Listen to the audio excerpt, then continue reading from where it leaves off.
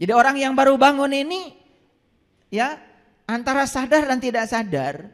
Nah, hati-hati ketika kita baru bangun, baru sadar, jangan buru-buru ngasih pencerahan. Apalagi mengklaim seakan-akan diri sudah tercerahkan. Orang yang sudah tercerahkan tuh gak pernah iklan. Tidak mencari murid. Sudah tidak ada lagi sandaran apapun. Karena orang yang sudah tercerahkan berarti sudah bebas dari segala sandaran. Dia sudah selesai dengan dirinya sendiri.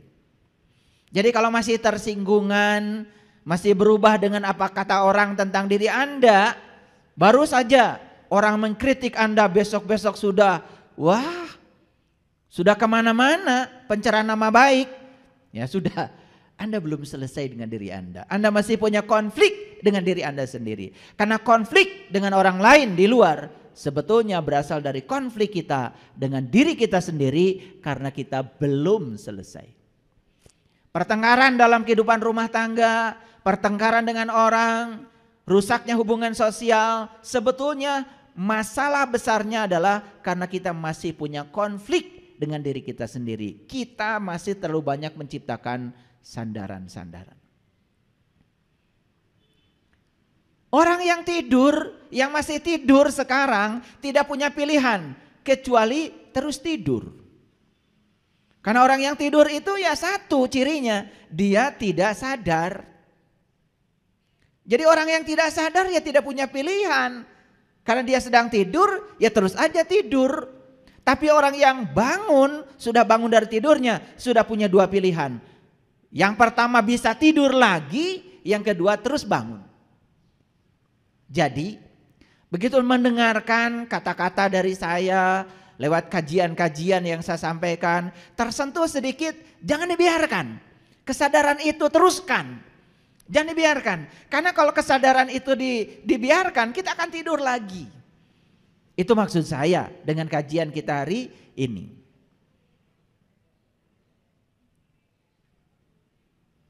Saya sering bertanya kepada banyak orang, terutama dalam pelatihan-pelatihan motivasi. Anda punya mimpi? Punya, Pak. Anda punya mimpi? Punya, Pak. Coba, gimana caranya supaya mimpi jadi kenyataan? Wah, harus bekerja keras, Pak. Wah, macam-macam jawabannya. Padahal jawabannya sederhana. Hudang heula. Bagaimana mimpi jadi kenyataan? Ya bangun dulu. Karena orang yang mimpi itu kan sedang tidur. Betul nggak? Tadi saya mimpi. Saya lihat kamu belum tidur-tidur dari tadi. Orang gak percaya Anda mimpi kalau gak tidur. Karena mimpi itu terjadi saat tidur. Mimpi itu terjadi saat Anda tidak sadar. Makanya gimana caranya mimpi jadi kenyataan? Hudang sare. Bangun dulu dong dari tidurmu. Baru mimpi akan jadi kenyataan. Itu syarat pertama mimpi jadi kenyataan adalah bangun tidur. Tidur aja belum, bangun aja belum. Sudah tiba-tiba bagaimana mewujudkan mimpi. Nah tentu saja saya tidak cerita tidur yang fisik. Karena sudah tidak penting saya bicara itu. Saya ingin berbicara tidur yang di luar itu. Kelihatan sibuk padahal tidur. Saya mau cerita ini sebetulnya hari ini. Kelihatan sibuk ya dari pagi sampai sore. Ya, ketika jamnya sholat, jamnya tahajud, jamnya baca Quran, tetapi semua dilakukan dalam keadaan tidak eling, tidak sadar, itu tidur. Jadi tidur itu yang saya maksud. Kalau tidur ngorok nggak usah diajarkan lagi. Walaupun banyak sekali sebetulnya yang belum bisa tidur. Jadi kalau hari ini tidurmu itu masih dikejar anjing gelo, dikejar kuntilanak, itu tanda bahwa jiwamu masih kotor. Karena tidur tuh ada ilmunya loh, ada saintifiknya. Nah ini saya jelaskan dulu supaya ngerti sedikit ya. Karena kita udah tidur bertahun-tahun ngertinya enggak. Maka Allah bilang dalam Al-Quran, Faiza sawaituhu wa nafakhtu fihi mir ruhi faqa'u lahu sajidin. Ketika aku sudah selesai menciptakan tubuhmu, aku tiupkan ruhku. Ternyata ruhku itu wujudnya adalah nur. Dalam tradisi Islam, nur itu dikenal tiga. Yang pertama nurullah, cahaya Allah. Yang kedua, Nur Muhammad, cahaya terpuji. Dan itu yang pertama Allah ciptakan sebelum ciptakan alam semesta. Begitu kata hadis qudsi. Dan yang ketiga adalah Nur Insan, cahaya insan, yang kemudian sering disebut dengan nafs atau diri atau jiwa. Jadi sebenarnya jiwa itu adalah bagian terkecil dari ruhku yang Tuhan tiupkan ke dalam diri kita. Nah, jadi sebetulnya saat seseorang tidur, itu gelombang otaknya itu masuk di gelombang alfa. Jadi dari beta masuk ke alfa, masuk ke delta itu. Nah udah, disitulah kemudian tidur terjadi. Jadi tidur itu adalah Nurullah dan Nur Muhammad tinggal di dalam sebagai sang hidup, sedangkan Nur Insan keluar. Itu tidur. Jadi bangun tidur berarti Nur Insan kembali lagi memanunggal dengan yang tiga. Ini saintifiknya tidur, karena banyak yang nggak ngerti tidur itu apa. Saya tanya banyak sekali orang-orang yang cerita ini cerita itu, tanya tidur aja nggak ngerti. Gitu. Nah oleh karena itu maka Nur Insan ini, jiwa kita ini saat keluar dari tubuh kita, kemana dia pergi? Tergantung kualitas dari jiwanya. Jiwa yang kotor ketika tidur dia akan bergabung dengan yang satu frekuensi dengan dia. Makanya mimpinya buruk. Jadi tidak mungkin jiwa yang kotor tiba-tiba ketemu para nabi, para rasul, para sunan, para wali. Baru saja ceritain orang. Jadi kadang-kadang ada yang lucu. Banyak tamu datang ke rumah saya, tiba-tiba cerita, ya, ketemu nabi kek, ketemu rasul kek. Padahal baru saja membicarakan keburukan saudaranya sendiri.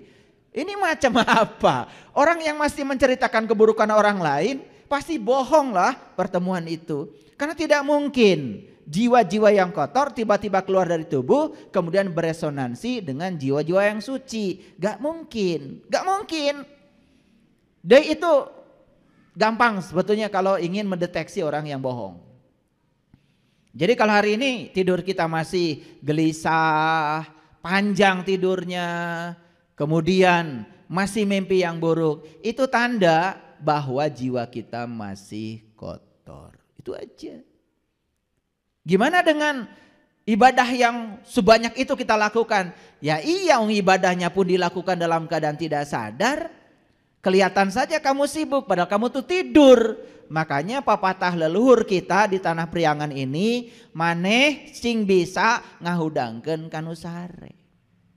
Jadi ngahudangkeun kanu sare artinya bukan orang yang sedang tidur secara fisik dibangunkan, bukan itu. Yang paling penting adalah orang-orang yang kelihatan sudah bangun pada sesungguhnya dia masih tidur. Artinya apa? Belum eling, belum waspada, belum sadar. Wudhu nggak sadar, sholat nggak sadar, cuma seperti robot saja menggugurkan kewajiban, hanya menjalankan rutinitas tanpa kesadaran. Hasilnya apa? Semakin tidak sadar. Paham ya maksud saya? Oke, baik. Inilah sebetulnya yang akan kita kaji hari ini. Jadi kita akan berbicara bukan orang yang tidur secara fisik, tapi kita akan bicara orang yang kelihatannya sudah bangun padahal masih tidur. Banyak gak ya kayak gitu? Banyak apa banyak sekali? Siapa di antaranya? Jadi kalau kita sadar aja bahwa hari ini saya masih tertidur, buru-buru bangun. Itu sudah keren itu. Dan setelah bangun ada dua kemungkinan. Hati-hati Anda bisa tidur lagi atau terus bangun. Oke, baik. Itu judul kita hari ini ya. Saya senang sekali kalau judul ini di breakdown dulu, dijelaskan secara saintifik supaya mengerti. Jadi tidur itu mekanismenya seperti tadi. Saat kita memasuki gelombang alfa, gelombang delta, maka saat itu kita masuk pada kondisi hipnosis itu namanya. Sehingga saat itu ya nur insan keluar, tetapi kita masih bernafas, Dan satu-satunya yang tidak pernah ikut tidur dalam tubuh kita adalah nafas. Makanya kadang-kadang kita ini ya belajar agama itu sudah kejauhan sampai kehilangan kesadaran. Pernah suatu saat saya dialog. Jadi mohon maaf, saat itu saya butuh mobil pick up. Nah kebetulan yang punya mobil pick up itu ya seseorang.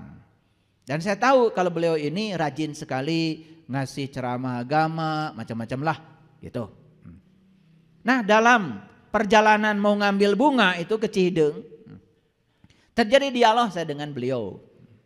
Dialognya kok tiba-tiba cerita ayat kursi. Kan di ayat kursi itu kan kita sudah hafal semua ya. Auzubillahi minasyaitonirrajim. Bismillahirrahmanirrahim. Allahu la ilaha illa huwal hayyul qayyum la ta'khuduhu sinnatu wala naum. Allah dialah, tiada Tuhan selain Dia yang senantiasa berdiri tegak mengurus semua kebutuhan makhluknya, la ta'khuduhu sinnatu wala naum. Dia tidak pernah tidur, tidak pernah ngantuk. Pertanyaan saya dalam dialog itu sederhana.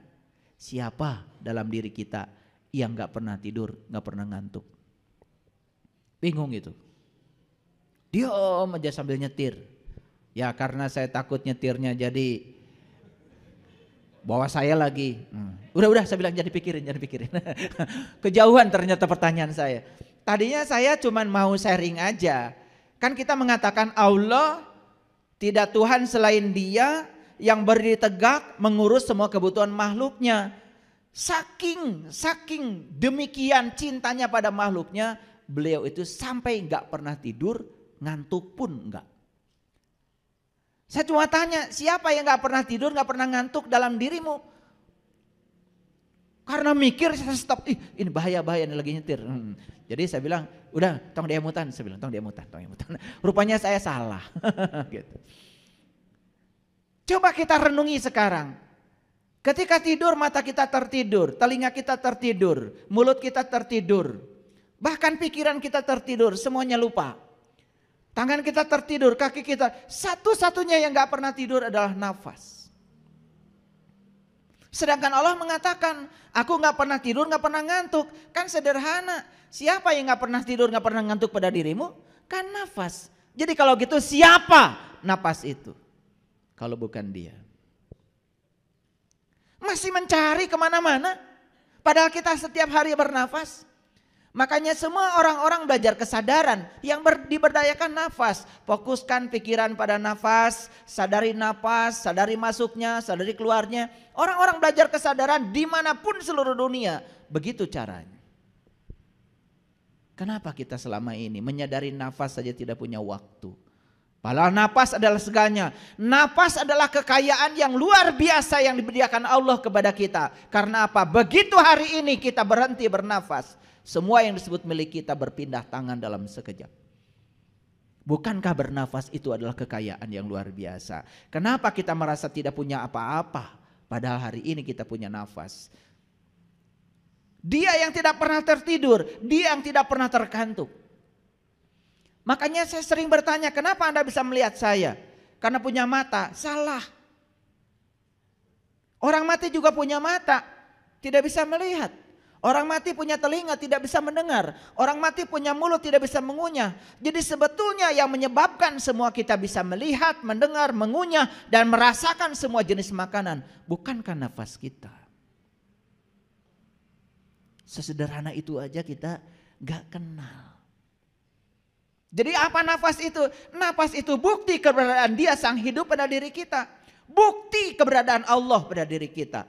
Makanya nanti kita akan menghembuskan nafas kita yang terakhir. Itu yang disebut dengan kematian. Jadi mati itu cuman menghembuskan nafas yang terakhir. Kemana? Ya ke sini. Kemana lagi? Kita ngambil nafas dari sini, kita juga mengembalikan nafas ke sini. Cuma itu saja kok. Bahkan sekarang kita pun tidak sadar kalau kita sekarang sedang mengalami hidup mati. Ketika napas masuk hidup, napas keluar mati, napas masuk hidup, napas keluar mati. Cuman frekuensinya terlalu cepat, kita seakan-akan merasa terus menerus hidup. Padahal kita sekarang sedang mengalami hidup mati. Bicara rahasia napas saja mungkin baru dengar hari ini ya. Yang sederhana aja, karena kita kadang-kadang ngaji itu terlalu banyak ngapalin. Ngapalin ini, doa itu. Terus saja Allah diatur-atur supaya ngikutin keinginan kita. Makanya kalian itu sudah capek, terlalu banyak ngapalin doa. Betul nggak? Sampai bingung, ya, saking banyaknya yang harus dihafal. Malah doa sendiri kan sederhana. Doa itu sebetulnya adalah undangan. Doa itu artinya ajakan. Sadari kehadiran Dia dalam diri, menyadari nafas itu sudah doa. Menyadari nafas itu doa. Kenapa? Lihat saya semuanya. Ketika nafas masuk, di ruang cipta kita sedang menciptakan yang negatif. Itu direkam loh oleh nafas kita dan dibawa keluar dan itu akan menjadi realitas. Itu yang disebut dengan hukum tarik menarik. Makanya hati-hati dengan pikiran. Apa yang dipikirkan itu akan menjadi kenyataan. Apalagi diulang-ulang. Mulai sekarang stop membicarakan yang kita tidak suka. Karena semua yang kita tidak suka kalau terus menerus diulang-ulang di pikiran, diulang di kata-kata. Itulah doa kita yang sebenarnya, itu yang akan menjadi kenyataan. Tidak suka sama perilaku pasangan karena keburukannya, stop membicarakannya pada siapapun. Pasti akan berubah pasangan menjadi lebih baik. Lucu kadang-kadang. Habis sholat didoakan supaya pasanganmu tambah baik. Tetapi keburukannya dibicarakan kepada si A, si B, si C, si Z.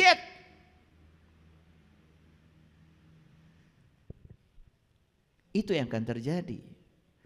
Yang paling sering dipikirkan, yang paling sering dibicarakan itu doa. Karena apa? Hati-hati. Karena Dia bersama dengan kita. Wujudnya adalah nafas kita. Nafas masuk merekam semua yang ada di ruang cipta. Nafas keluar membawa semua rekaman itu dan menjadi realitas dalam hidup. Hati-hati. Jadi inilah kreator kehidupan kita, pikiran kita. Hati-hati dengan pikiran karena dia adalah energi, dia adalah vibrasi, dia adalah frekuensi. Dan dia bisa menggetarkan semua sesuai dengan frekuensi yang dipancarkannya. Memancarkan yang negatif akan datang yang negatif, memancarkan yang positif akan datang yang positif. Makanya kita dikasih perasaan oleh Allah. Untuk apa perasaan? Untuk mendeteksi apa yang sedang terjadi dalam pikiran. Begitu pikiran kita sedang memproduksi yang buruk, perasaan kita tidak enak. Mulai nanya-nanya, akan ada apa ya? Kok perasaan gak enak? Cek pikiranmu sedang mikirin apa. Sesederhana itu, malah nanya orang lain. Nanya dukun, nanya ahli nujum. Itu sudah tidak saintifik. Padahal sebetulnya rasa dan pikir itu diciptakan Allah untuk saling memberitahu, ada feedback. Jadi kalau rasa kita gak enak, cek pikiranmu sedang memproduksi apa. Coba, ketika pikiran sedang tenang, perasaan tenang. Begitu pikiran mulai, wah suami saya di mana ya? Dengan siapa ya? Wah udah mulai gitu, perasaan gak enak.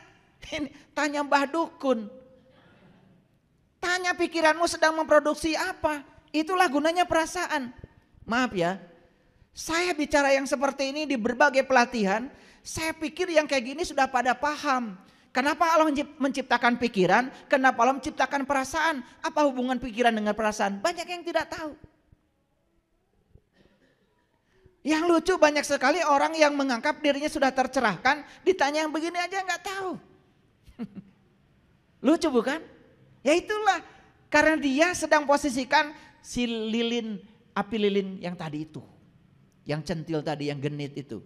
Kesenggol saja sama udara langsung mati. Betul apa tidak? Yuk jangan sampai seperti itu. Jadilah bintang, badai sebesar apapun tetap bersinar. Gitu. Oke, baik. Jadi kita sudah tahu ya, orang yang sedang tidur itu jelas dia tidak sadar. Nah, yang saya maksud dengan tidur di sini tadi bukan tidurnya orang yang tidur secara fisik, tetapi dia kelihatan sibuk tetapi nggak sadar. Contohnya sederhana, dia melakukan ibadah nggak sadar. Bahkan dia ketika sedang makan pun gak sadar. Coba kalau makan sadar. Nih orang yang makan sadar. Begitu makanan sudah ada di depan, gak buru-buru makan. Dilihat dulu. Duh, ada jagung, ada nasi, ada macam-macam. Ada sambal, Satu aja sambal. Siapa yang nanam cabenya ya? Berapa lama nanam cabai itu? Siapa yang nyirami tiap hari? Siapa yang mikul ke pasar? Pernah gak mikir gitu? Ya, karena kamu tidur. Begitu lihat sambal aja, nggak usah yang lama, yang lainnya, sambal dulu. Sambal itu satu keluarga kan, cabai, tomat, terasi. Terasi itu prosesnya panjang, betul nggak? Iya. Saha anu ngalalaukna ka tengah laut, betul? Waduh. Jadi sambal saja kalau dihitung, kalau saya tanya sekarang, siap berapa ribu orang yang berjasa menciptakan sambal, sampai sambal itu datang di hadapanmu. Kamu itu taunya cuman orang yang ngerendo sambal segitu aja. Padahal siapa yang nanam cabai, bawang bodas, bawang berem, tomat. Betul? Apalagi pakai cikur, siapa yang nanam kencurnya juga. Waduh, luar biasa. Itu baru sebatas itu saja. Masa iya habis nyolek sambal kemudian ngomongin orang? Kalau orang yang sadar, betapa banyak ya hutang budi saya kepada banyak orang. Dari satu sambal saja, coet sambal. Encalunyan coet nasaha. Nunyan mutu nasaha. Berapa lama dia itu, betul nggak ngangkut? Aduh. Kalau kita sadar saja di situ, ya mohon maaf ya. Saya kalau ngomong ini pengen nangis. Kenapa? Saya kalau mandang aja makanan, masa iya saya berbuat jahat setelah makan, sementara saya sendiri begitu banyak berudang budi kepada makan. Belum lagi nasi, satu butir nasi itu luar biasa. Coba kita pikirkan satu butir nasi. Yang pertama yang berjasa siapa? Bumi, Ibu Pertiwi. Lamun eueuh tanah kumaha mau jadi. Yang kedua air, yang ketiga udara, yang keempat matahari. Apakah matahari berdiri sendiri di sana? Tidak. Dia dibantu oleh sistem tata surya yang sangat ruwet hanya untuk bersinar menyinari satu benih padi. Sadar gak? Ya gak sadar, kita kehilangan kesadaran. Makanya makan saja, hanya menjalankan rutinitas. Malah baru saja makan sambal langsung marah-marah. Tengenah ya teh sambal teh, kurang iya kurang itu, ya Allah. Itu perilaku setiap hari kamu dan ingin dibilang tidur, ingin dibilang sudah bangun dari tidur orang macam gini, ya Allah. Kalau orang yang sadar, apapun yang dilihat, dia lihat dengan kesadaran. Ketika dia lihat makanan di depan saja, ya Allah, belum makan. Allahumma Rabbana barik, Allahumma barik lana fima razaqtana wa qina azabannar. Ya Allah, berkahilah rezeki yang Kau anugerahkan padaku. Dan semoga setelah aku makan ini, semua makanan yang aku santap ini menjauhkan aku dari neraka. Tidak boleh ada satu orang pun yang terluka oleh kata-kataku setelah aku makan ini. Tidak boleh ada orang yang berkurang kebahagiaannya setelah aku makan ini. Begitu enggak? Saya tidak bicara sholat terlalu jauh. Itu aja yang sederhana. Ketika kamu pakai baju, pernah ingat gak siapa yang nanam kapasnya? Siapa yang memintal kapas menjadi benang? Siapa yang menjadikan benang jadi kain? Dan siapa yang menjadikan baju ini menjadi bagus? Coba. Sekarang tanya dari tadi pagi, berapa banyak jasa orang yang kau pakai selama hidup? Lihat rumahmu, begitu lihat kaca, begitu lihat kayu,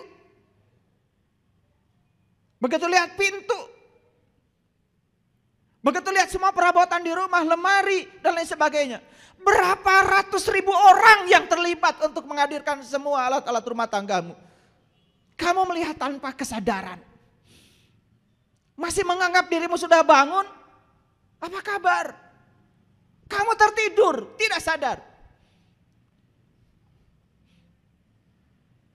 Lucu. Habis makan saja membicarakan orang, habis makan menelepon orang, marah-marah pada orang. Di mana cinta kasihmu? Di mana kesadaranmu? Terlalu jauh saya bicara tentang ibadah, terlalu jauh. Saya bicara itu aja yang sederhana. Memandang sambal terasi saja, kita bisa menangis kalau dengan kesadaran. Memandang kangkung saja bisa menangis dengan kesadaran. Apalagi kalau dikaitkan bagaimana Allah menciptakan semua itu. Bagaimana semesta menciptakan dan menghadirkan semua itu. Makanya banyak yang menganggap lelucon. Ketika leluhur kita membuat upacara untuk padi, dibilang musyrik. Siapa yang musyrik? Anda yang tidak saintifik, Anda yang tidak mengerti.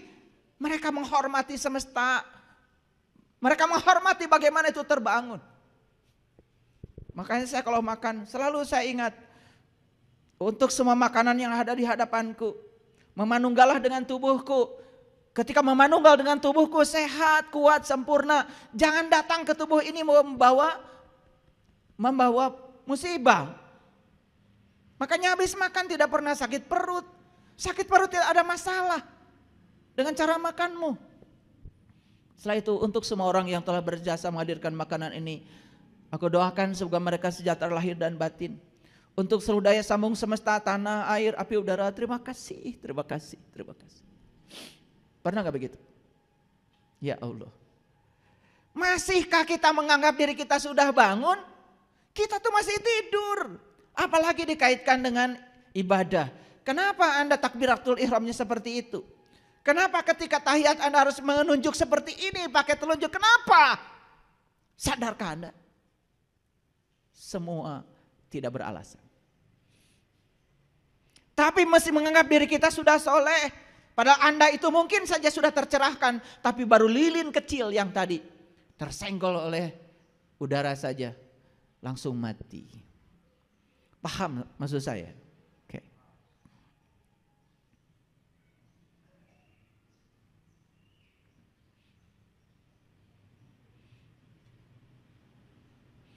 Inilah pepatah leluhur kita.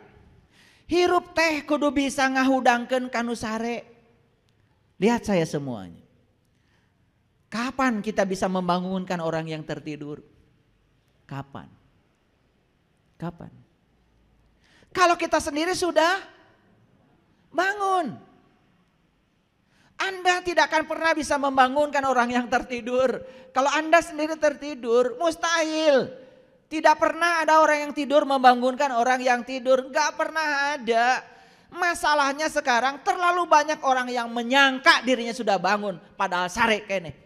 Pura-pura membangunkan orang yang tertidur. Ini masalah besar. Terlalu banyak orang yang tidak tahu. Tetapi dia tidak tahu kalau dia tidak tahu. Dan menganggap dirinya tahu seakan-akan. Padahal dia tidak tahu. Cuma dia tidak tahu bahwa dia tidak tahu. Dia tidak sadar kalau dirinya pun masih tidur. Ngajarkan sholat, ketika ditanya apa sih sholat itu? Gak ngerti. Sholat adalah menyembah Allah. Kalau menyembah, yang disembah dengan yang menyembah masih ada jarak dong. Betul apa tidak? Padahal kan sholat yang sebenarnya adalah merasakan kehadirannya. Kalau dia sudah hadir kok di sini. Bahkan dia mewujud sebagai napas kita. Pinjaman kehidupan pada diri kita.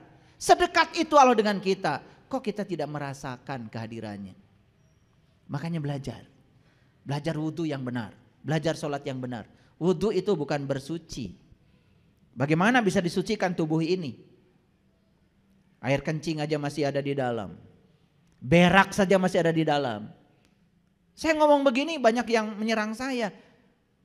Padahal itu kan fakta. Jadi wudhu itu bukan bersuci. Wudhu itu bahasa Arab. Artinya berpisah. Berpisahlah kamu dengan segala sesuatu selain Allah. Baru kamu bisa memanunggal bersama Allah. Itu namanya sholat. Pelajari. Kenapa? Kenapa saya mengatakan begini? Karena kita ini terlena terlalu lama. Hanya terjebak oleh rutinitas.